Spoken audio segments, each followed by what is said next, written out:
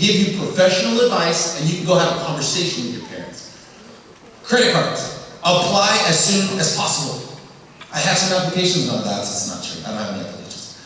As soon as you turn 18, here's the reason why. For you to have established credit, it has to be 5 years old. 5 years. That's standard. So what that means, if you want to start, if you're like, well, I'll start when I'm 25, that's fine, but you won't have established credit until you're 30. Now, I was able, very blessed, very fortunate, that I was able to buy my first house when I was 26 years old. I didn't think I was going to be able to do that. Like, never in a million years. My parents are immigrants. My dad never made more than $35,000 a year.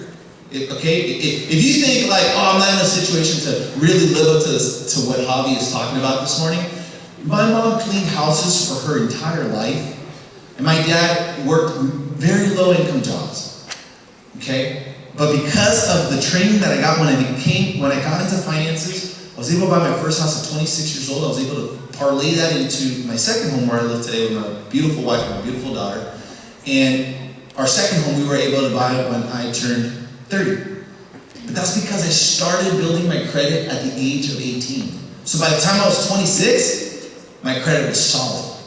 You see where I'm going with that? Had I started at 24 and tried to buy a house at 26, they would have said, man, your credit's bad. This is not existent. It's not solid. So, if you go talk to your parents and your parents are like, you should wait. That's code for, I don't trust you. That's really, or you shouldn't trust yourself, maybe.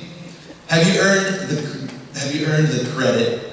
Have you earned that, by being responsible? This is what your parents are trying to say. So be careful. I don't want anybody to get into trouble financially, but this is the truth about credit. Secured and unsecured. Look up Capital One secured credit card. It's going to be really hard for you guys to get your first credit card, but a secured credit card, you have to put your own money to get a credit card. Okay? Do some research on it. It's a great product. After 12 months, if you're responsible, you get your money back. After 12 months you're not responsible, they'll just use that money to pay off your debt. That's all that happens. Unsecured debt, that's the bank's money. That's like a normal credit card. You can go to any bank and get one of those. Some people will tell you, don't pay off your whole balance so that your money can grow, or that your credit can grow. Myth busted. That's not true. The only thing that happens when you carry a balance is you're paying interest. And we saw what interest can do on the way up for our retirement. Interest on our debts do the same thing to our wealth. Interest can make your money for retirement go up. Interest in your debt can make your wealth go down. Especially those of us that are going to be going through education. I know what student loans feel like. Accrued interest can make your wealth go down. So just keep that in mind. If you have to carry a balance, keep it below. You can see the compounding calculation. If I buy a laptop and my interest rate is 23%, I get a bill every month that tells me you only have to pay us about $40. That's it. 149 months later, that computer's whack, it sucks, the software's terrible, and I've paid more for that computer that I got at a student discount, and now I end up paying more for it. That's what interest does. Here's an interest calculation on a card. You can tell the difference in interest when you have a structured monthly payment. Okay? So what I want to say, department store cards. Banana Republic, Victoria's Secret, any department store credit card, don't even go there. It's a dangerous trap.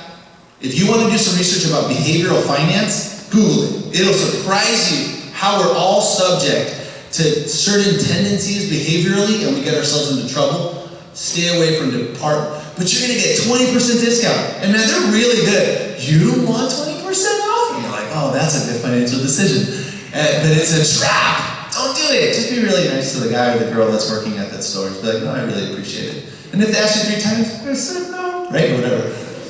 Auto loans. Auto loans. When you go buy your first car, and your second and third and fifth and 100th, whatever, the monthly payment is not the number you need to be most concerned about. It is because of your budget. But the number you need to work down is the total price of the car. Why? Because they might tell you the car's going to be $200. I can't afford that. No problem, we'll make the loan longer. and all of a sudden your payment goes down. Oh, that's awesome. But all that happens is now you owe the money for a longer period of time at the same interest rate, and you end up paying more, just like on that calculation up there. So, when you do all of this, just like right now, in a few months, couple months, you guys are all going to get graded on your classes, and everybody here is going to get, hopefully, good grades. I'll put in a good word for you guys. This doesn't mean anything, sorry. But you're all going to get graded. And when I was in school, they talked about something called your permanent record, and I thought it was false.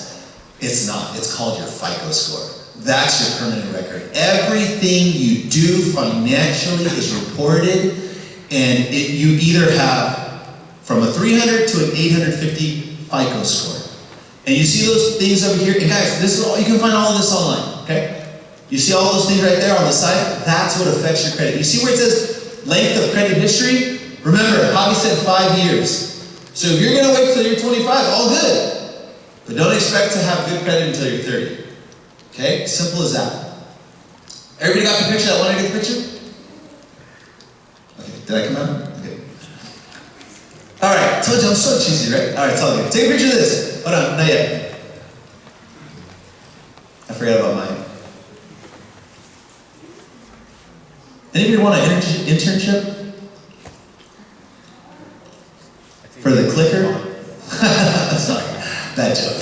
Okay, these are some basics about banking. Take a picture of this. This is where so many people get into trouble. Super simple. Remember I told you don't spend money you don't have? When you get a debit card, it's your own money. So that money's gone. As soon as you use it, it's gone. Overdrafts. Look at this example over here. If I have $20 in my checking account, some of you guys might already know this, and I'm sorry if it's redundant, but some of you may not know this, and I help young people all the time. Can you reverse my fee, please? Like, dude, you've had 6. I can't reverse anymore. Like, what's wrong with you? Stop spending money that you don't have. Checking, I have 20 bucks in my account, and I looked at the AMC in Santa Monica last night. They're $14 a ticket, right? Maybe with student discounts a little less, but then you buy a Coke, and that's like $10 for the Coke. So let's just say I spent $30. I want to take this person out on a date, and here I have 30 bucks in, right? But I only had 20. Crap, I forgot. Can I say crap? Sorry. So I overdraw by $10. Now that extra $10 cost me. The bank's gonna charge me 34 bucks. Oh, evil banks. No, bad budgeting. And my new balance is negative 44 bucks. So if you were trying to take that person out every weekend, you just did it for 2 weekends. You just took them out for a couple weekends, right? That's crazy, right? Don't get into that trouble. There's 2 kinds of accounts that you guys, I recommend you look up college checking accounts. If you're under 17, I don't think nobody here is under 17, right? Okay, cool. If you're at least 17, you can open up a college account, or you can open up what's called a secure checking account. That's one of those accounts where if you don't trust yourself, there's no overdraft opportunity. It's kind of cool. And lastly, after I say, if you don't trust yourself, let me encourage you. More education will lead you to more skills, more opportunity. I believe that so much. I'm a huge advocate of that, of education, not just classical education. Get educated, read books, do research, talk to people, get different opinions. Don't just surround yourself with people that have the opinion that you have. Surround yourself with more people that have different opinion. Struggle in conflict, struggle in difference of opinion, develop more skill sets, and the more skills you have, the better you can serve your community. And the more you serve your community, the more opportunities you're going to have to be successful. I am not driven by money. You want to know what drives me? A 5'2" dark woman from Mexico that I love with all my heart, and a 2-foot little girl that's just like, man, she's crazier than me, if you can believe it. She's just off the charts. That's what drives me. And my parents, my family, my loved ones. I'm not driven by money. So if you thought, oh man, this guy's like loves money, not at all. And I hope I've been able to communicate that to you. This is not about making more money. It's about being smart with what you have, so that you can give $100 to 100 people later on. See what I did there? That was pretty cool.